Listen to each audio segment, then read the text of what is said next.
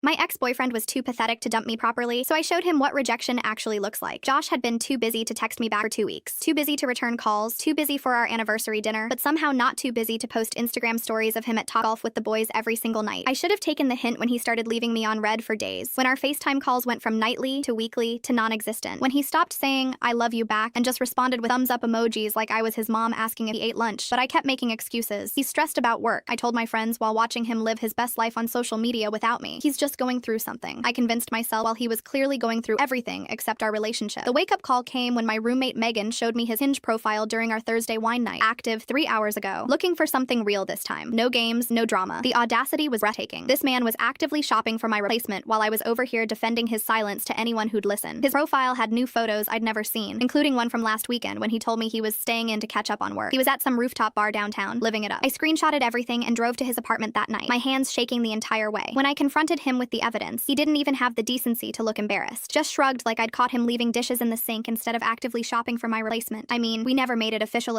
he said, sitting down on his couch like this was just a minor inconvenience. We'd been together 8 months. I had a spare toothbrush in his bathroom. "You're being dramatic," he said, when I pointed out I had a drawer at his place and his mom followed me on Instagram. I walked out, blocked him everywhere, and spent the next month actually enjoying being single again. I went out with friends without checking my phone every 5 minutes. I remembered what it felt like to not walk on eggshells around someone's mood. Then karma handed me the perfect opportunity. My friend Paige works at Teklo, this hot startup Josh had been obsessing over since college. She mentioned they were hiring for a senior developer position, literally his dream job. Here's what Josh never knew. While he was busy playing games, I'd been grinding. Night classes, certifications, building a portfolio that would make most senior developers jealous. Josh knew I worked in tech, but always treated it like my little job compared to his serious career. When I got promoted last year, he said, "That's cool," and changed the subject to fantasy football. I applied that same day and nailed every interview round, got the offer, and started Monday. 3 days later, Paige texted, "Your ex just applied. Should I tell him you work here?" I told her to schedule his interview. Paige arranged for me to sit in on technical interviews as part of my onboarding process. Josh's interview was Thursday at 2 p.m. I wore my best blazer and sat at the conference table with the hiring manager, reviewing his resume like I'd never seen it. At 2:05, Josh walked into the conference room and saw me sitting there. The look on his face was absolutely priceless. His confident smile completely melted off his face as he stood there with his mouth open. "Josh," I said in my most professional voice, extending my hand. "Thank you for your interest in joining our team." He stammered through the worst interview in company history. Every technical question I asked, he fumbled. When I brought up mobile frameworks, he gave answers that were 3 years out of date. The best part was when I asked about challenging projects. Josh described debugging some legacy code that sounded like junior level work, not senior position material. I took detailed notes, nodding along like his mediocre explanation was fascinating. After 45 minutes of watching him crash and burn, our hiring manager asked for my thoughts. "I don't think he'd be a good cultural fit," I said carefully. "He lacks commitment and has trouble with clear communication. Based on his responses, I'm not confident he has the skills we need." 2 weeks later, a text from an unknown number. "Did you seriously cost me that job?" I left him on red and blocked the number. Sometimes the best rejection is just being better than them.